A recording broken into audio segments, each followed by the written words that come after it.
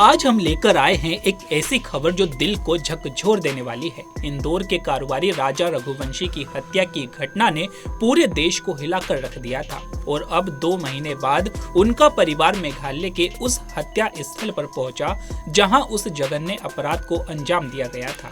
तो चलिए इस भावुक और सनसनीखेज खबर का पूरा हाल जानते हैं। 23 मई 2025 को मेघालय की राजधानी शिलोंग में हनीमून के लिए गए इंदौर के ट्रांसपोर्ट कारोबारी राजा रघुवंशी की बेरहमी से हत्या कर दी गई थी। इस हत्याकांड ने न सिर्फ उनके परिवार बल्कि पूरे देश को सदमे में डाल दिया। राजा की पत्नी सोनम रघुवंशी और उनके प्रेमी राज कुशवाहा समेत 4 अन्य लोगों को इस हत्या का दोषी पाया गया। लेकिन इस दुखद कहानी में अब एक नया मोड़ सामने आया है। राजा के परिवार ने 24 जुलाई को मेघालय के सोहरा में बाई साडोंग फॉल्स के उस सुनसान पार्किंग स्थल पर विशेष पूजा अनुष्ठान किया जहां राजा की हत्या हुई थी। राजा के बड़े भाई विपिन रघुवंशी ने परिवार के साथ उस भावुक यात्रा को अंजाम दिया। विपिन ने कहा कि हम वहां खड़े थे जहां हमारे राजा ने आखिरी सांस ली थी। हमारा मानना है कि उनकी आत्मा अभी भी बेचैन है और इस पूजा से उनकी आत्मा को शांति मिलेगी। इस अनुष्ठान का मकसद था राजा की आत्मा की शांति के लिए प्रार्थना करना और परिवार को इस दर्द से उबरने में मदद करना। लेकिन दोस्तों, विपिन ने यह भी कहा कि कोई भी परिवार इस दर्द को सहन नहीं कर सकता। हम चाहते हैं कि इस हत्याकांड के दोषियों को सख्त से सख्त सजा मिले। आइए इस हत्याकांड की कहानी को थोड़ा और समझते हैं।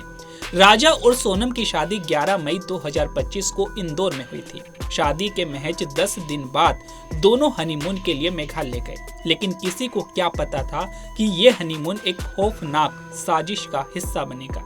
पुलिस के मुताबिक सोनम ने अपने प्रेमी राज कुशवाहा के साथ मिलकर 20 लाख रुपए में 3 किराए के हथियारों आकाश राजपूत, विशाल सिंह चौहान और आनंद कुर्मी को राजा की हत्या के लिए हायर किया था। 23 मई को सोहरा के बाई साडोंग फॉल्स के पास एक सुनसान जगह पर राजा को तेज हथियार से मारकर उनकी लाश खाई में फेंक दी गई। 2 जून को राजा का शव खाई में मिला और शुरुआत में सोनम को भी लापता मानकर तलाश शुरू हुई। लेकिन 8 जून को सोनम उत्तर प्रदेश के गाजीपुर में एक ढाबे पर मिली जहां उन्होंने आत्मसमर्पण कर दिया।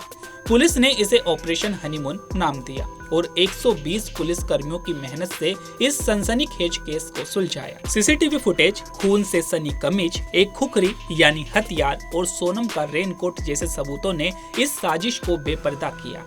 चौंकाने वाली बात ये थी कि हत्या के बाद सोनम ने राजा के फोन से सोशल मीडिया पर पोस्ट किया, 7 जन्मों का साथ है, जो पुलिस को उनकी साजिश का पक्का सबूत लगा। इस हत्याकांड ने न सिर्फ एक परिवार को तोड़ दिया बल्कि ये सवाल भी खड़ा किया कि प्यार और विश्वास की आड़ में ऐसी साजिश कैसे रची जा सकती है।